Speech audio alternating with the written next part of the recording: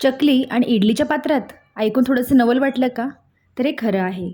कारण आज आपण ह्या चकल्या इडलीच्या पात्रामध्ये तयार करणार आहोत आणि सोबतच त्या किती खुसखुशीत झाल्यात हे देखील मी तुम्हाला या ठिकाणी दाखवणार आहे. आता ह्या चकल्या तुम्ही बघू शकता किती सुंदर झालेल्या आहेत. त्यांनी अजिबात तेल पिलेलं नाही आणि सोबत त्यांना काटे देखील छान आलेले आहेत. आणि हातामध्ये अशा पद्धतीने तोडल्यानंतर ती सहज तुटल्या जाते, म्हणजे अगदी खुसखुशीत आणि कुरकुरीत झालेली आहे. चकली हातात घेतली की ती सहजच तुटते, म्हणजे अगदी खुसखुशीत ही चकली तयार झालेली आहे. तर या ठिकाणी मी तुम्हाला दाखवत आहे, यावरून तुम्ही अंदाज लावू शकता. आता ही चकली दिसण्यासाठी जेवढी खुसखुशीत आणि कुरकुरीत आणि काटेरी दिसत आहे, तितकी ती चवीला देखील भन्नाट आणि खमंग आहे. आता यासाठी लागणारं साहित्य अगदी कमी, म्हणजे घरात असतं त्याच साहित्यामध्ये आपण ही चकली तयार केलेली आहे आणि सोबत कमी तेलामध्ये आपण हिला फ्राय केलेली आहे. सोबतच तुम्ही महिनाभर देखील हिला स्टोअर करू शकता आणि मुलांच्या स्नॅक्समध्ये याचा वापर करू शकता. पण त्याचबरोबर आता दिवाळी देखील आलेली आहे, त्यामुळेच ही रेसिपी मला तुमच्यासोबत शेअर करावीशी वाटली. आता या व्हिडिओमध्ये मी छोट्या मोठ्या टिप्स देखील दिलेल्या आहेत, त्यामुळे नक्की तुम्ही हा व्हिडिओ शेवटपर्यंत बघा. चला तर मग रेसिपीला सुरुवात करूया. तर नमस्कार, स्वागत आहे तुम्हा सर्वांचं आपल्या चॅनलवरती, ज्याचं नाव आहे मास्टर किचन क्वीन. आणि आज आपण बघत आहोत इडलीच्या पात्रामध्ये खुसखुशीत चकल्या कशा तयार करायच्या.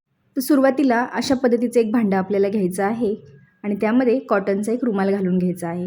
आता तुमच्याकडे एखादा कॉटनचा रुमाल किंवा मलमलचा कोणता कपडा असेल तो तुम्हाला या ठिकाणी घ्यायचा आहे.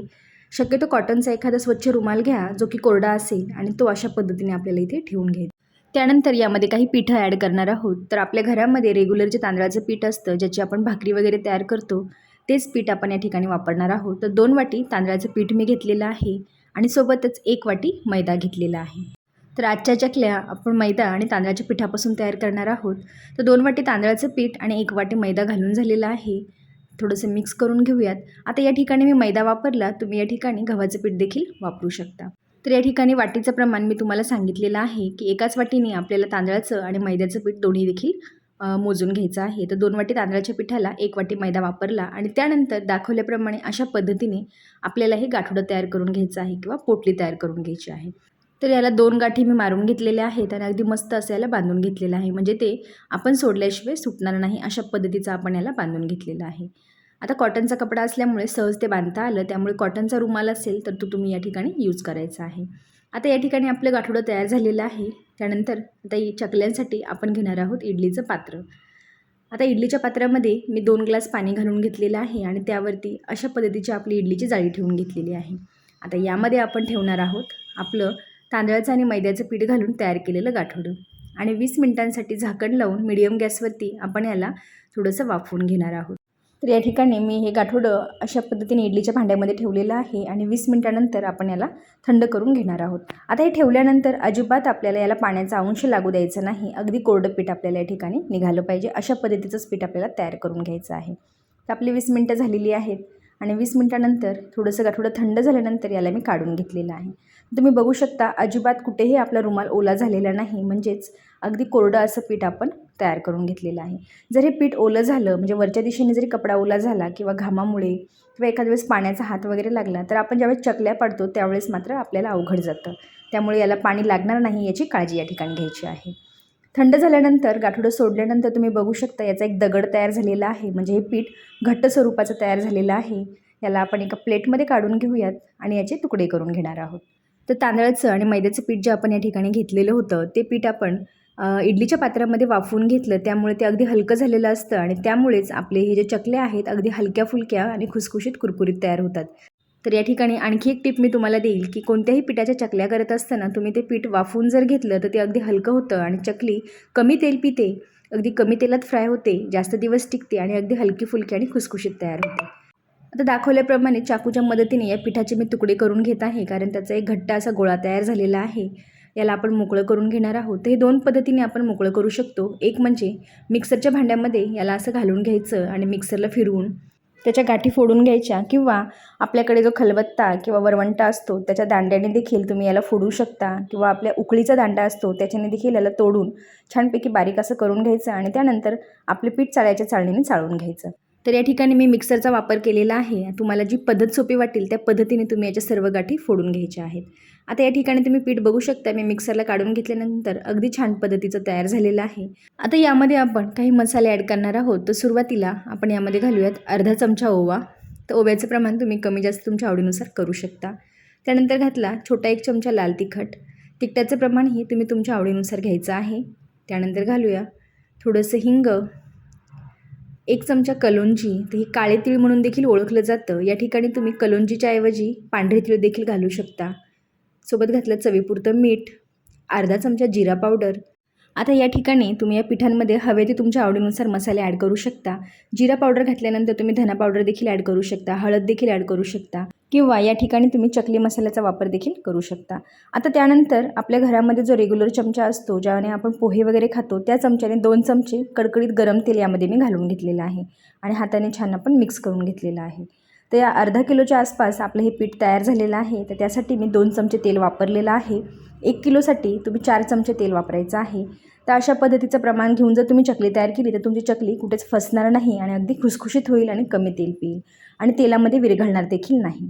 तेल घालत असताना मात्र तुम्ही तेलाचं प्रमाण अगदी व्यवस्थित ठेवा. अर्धा किलोसाठी पोहे खायचे 2 चम्मच म्हणजे प्रत्येकाच्या घरामध्ये असतात ते 2 चमचे तेल तुम्हाला घालून घ्यायचं आहे आणि 1 किलोसाठी 4 चमचे तेल यामध्ये घालायचं आहे. तर प्रमाण व्यवस्थित घेतलं तर चकली तेलही पित नाही आणि सोबत तेलात विरघळतही नाही. आता त्यानंतर थोडं थोडं लागेल तसं पाणी घालून आपण हे पीठ मळून घेतलेलं आहे. तुम्ही बघू शकता. तर अगदी घट्टसर किंवा सैलसर पीठ न तयार करता अशा पद्धतीने आपल्याला हे पीठ तयार करून घ्यायचं आहे. जर तुम्ही पातळ केलं तर त्याचे काटे चांगले येत नाहीत आणि घट्ट केलं तर ते आपल्याला चकल्या पाडताना हार्ड जातात आणि सोबत चकलीचे तुकडे पडतात. त्यामुळे अशा पद्धतीने आपल्याला हे पीठ तयार करून घ्यायचं आहे. तर नेहमी दुसऱ्या पिठांपासून जेव्हा आपण चकल्या तयार करतो आणि त्याचं पीठ जसं मळतो त्याच पद्धतीचं पीठ आपल्यालाही मळून घ्यायचं आहे. तर या ठिकाणी आता पीठ तयार करून झाले म्हणजे मळून झालेलं आहे. त्याला बाजूला ठेवलं.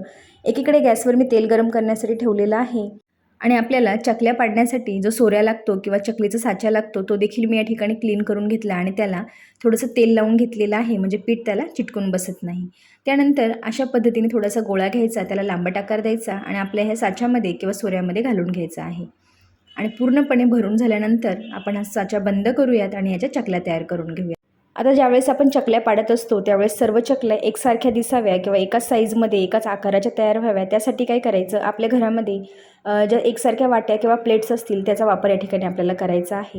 आता या ठिकाणी तुम्ही बघू शकता आपण चकली तयार करत आहोत. चकली पाडत असताना सोऱ्या अगदी उंचावर धरायचा नाही. त्यामुळे काय होतं, चकलीची जी तार आहे ती तुटल्या जाते की त्याच्यावर ताण पडतो आणि ताण पडल्यामुळे चकलीचं ही जी तार असते ती तुटते आणि त्यामुळे चकलीचे तुकडे जातात म्हणजे चकली व्यवस्थित अशी पूर्णपणे येत नाही. म्हणून कधीही चकली पाडत असताना अगदी उंचावरून न घेता सोऱ्या थोडासा खाली धरून आपण ही चकली तयार करून घ्यायची आहे. आणखी एक चकली तुम्हाला या ठिकाणी मी तयार करून दाखवत आहे. तर तुम्ही बघू शकता आपली चकली अगदी व्यवस्थित एकाच आकारामध्ये आणि काटेरी तयार होत आहे आणि अजिबात तुटत नाही. आता ज्यावेळेस चकली पाडून होते म्हणजे तयार करून होते त्यावेळेस काय करायचं, तिची आतली आणि बाहेरची बाजू जी कडा असते म्हणजे आपण जी तोडतो ती कडा व्यवस्थित चिटकवून घ्यायची म्हणजे ती तेलात टाकल्यानंतर सुटत नाही आणि एकसारख्या आकारामध्ये आपल्या चकल्या तयार होतात. त्याचबरोबर एकदाच सर्व चकल्या तयार करून मग तळायच्या नाही, तर एकाने आपली ही चकली तयार करून घ्यायची आणि एकाने तळायची. अशा 2 जण असली तर ही चकली पटापट तयार होते. कारण ही चकली जास्त वेळ जर आपण अशीच ठेवली तर ही ड्राय होते आणि त्यानंतर तळताना याचे तुकडे होतात. त्यामुळे 5 ते 10 चकल्या झाल्या की लगेच तिला आपण तळून घेणार आहोत. तर या ठिकाणी तुमच्याकडे आणखी कोणी मदतीला असेल तर त्यांची देखील आपण या ठिकाणी मदत घेऊ शकतो. आता या ठिकाणी सुरुवातीला मी एक गोष्ट सांगायची राहून गेली, ती म्हणजे ज्यावेळेस आपण चकल्या तयार करत असतो आणि त्याची उकड काढतो त्यावेळेस मात्र जे तांदळाचं पीठ आपण वापरलेलं असतं ते पीठ जास्त जुनं झालेलं घ्यायचं नाही. ते पीठ जास्तीत जास्त 8 ते 10 दिवसांपूर्वीचं असेल तर या चकल्या आपल्या व्यवस्थित तयार होतात. पीठ जर जास्त जुनं असेल तर त्याच्यापासून आपण चकल्या तयार केल्यानंतर त्याचे तुकडे पडतात. त्यामुळे पीठ 8 ते 10 दिवसांपूर्वीचं असेल तर ते आपण घेतलं तरी देखील चालेल. त्यानंतर आपल्या चकल्या तयार झाल्या होत्या. आता आपण तेलही गरम करून घेतलं होतं. तेल छान कडकडीत गरम झालं की आपण यामध्ये चकल्या घालून घेतलेल्या आहेत. गॅसची फ्लेम मी हाय ठेवलेली आहे. आता या ठिकाणी चकलीची कडा व्यवस्थित बंद झाली नाही म्हणून ती सुटलेली आहे. त्यामुळे चकल्या पाडून झाल्यानंतर त्याच्या दोन्ही कडा आपल्याला व्यवस्थित बंद करून घ्यायच्या आहेत. तेलामध्ये चकली घातल्यानंतर त्याला लगेचच झाऱ्या लावायचा नाही, त्यामुळे चकल्यांचे तुकडे पडतात. त्यामुळे चकली तेलात घालून झाल्यानंतर अर्ध्या मिनिटानंतरच आपण चकलीची दुसरी बाजू पलटून घेणार आहोत आणि दोन्ही बाजूंनी चकली अगदी छान रंगावरती आपण तळून घेणार आहोत. जर तुम्हाला ह्या चकल्या जास्त डार्क रंगावरती तळून हव्या असतील तर तुम्हाला 2 ते 2.5 मिनिटं ह्या चकल्या तळून घ्यायच्या आहेत. मला या ठिकाणी 2च मिनिटं लागलेली आहेत आणि या चकल्यांचा रंग तुम्ही बघू शकता अगदी सुंदर आलेला आहे. तुम्हाला आणखी जर डार्क रंग हवा असेल तर अर्धा ते 1 मिनिटभर तुम्ही आणखी याला तळून घ्यायचं आहे. तर आधीच्या चकल्या मी काढून घेतल्या आणि पुन्हा उरलेल्या सर्व चकल्या आपण अशाच पद्धतीने तयार करून घेणार आहोत. तर आपल्या सर्व चकल्या मस्त अशा तळून झालेल्या आहेत. एकही चकली तेलामध्ये अशी फुटलेली किंवा पसरलेली नाही. त्यामुळे तुम्ही जेव्हा या चकल्या तयार कराल त्यावेळेस मात्र सांगितलेलं प्रमाण घेऊन अगदी व्यवस्थितपणे सर्व टिप्स फॉलो करूनच ह्या चकल्या तयार करा. त्या अजिबात फसणार नाहीत आणि व्यवस्थित तयार होतील. तर ही काळजी तुम्हाला या ठिकाणी घ्यायची आहे. तर या ठिकाणी सर्व चकल्या आपल्या तयार करून झालेल्या आहेत आणि अगदी सुंदर अशा चकल्या एकसारख्या आकारामध्ये आपण तयार करून घेतल्या आणि तळूनही घेतलेल्या आहेत. आणि रंग देखील बघू शकता आणि चकल्यांचा आकार देखील बघू शकता. अगदी काटेरी झालेल्या आहेत, त्यांनी अजिबात तेल पिलेलं नाही. एकूण एक चकली एकसारखी दिसत आहे, कोणतीही लहान किंवा मोठी नाही आणि सोबतच एकाच रंगावरती आपण तळून घेतलेल्या आहेत.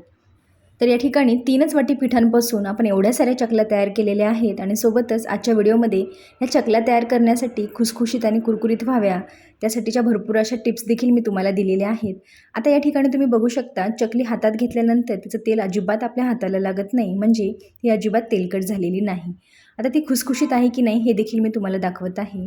चकली हातात घेऊन अशा पद्धतीने तोडल्यानंतर अगदी तिचा चुरा होत आहे, म्हणजे अगदी व्यवस्थित ती तुटत आहे. त्यामुळे ही चकली खुसखुशीत आहे याचा अंदाज तुम्हाला आलेलाच असणार. आणि ही चकली दिसण्यासाठी इतकी सुंदर काटेरी दिसत आहे की ही तोडत असताना तिचे काटे माझ्या हाताला जाणवत आहेत. त्यामुळे नक्की ही चकली तुम्ही एकदा ट्राय करा. आणि चवीचं म्हणाल तर चवदार आणि खमंग तर मग वाट कसली बघताय, दिवाळी आलेली आहे आणि ही चकली तर झालीच पाहिजे. तर खूप साऱ्या टिप्ससहित ही चकली मी आज तुमच्यासोबत शेअर केली. तुम्हाला नक्की आवडलेली असणार.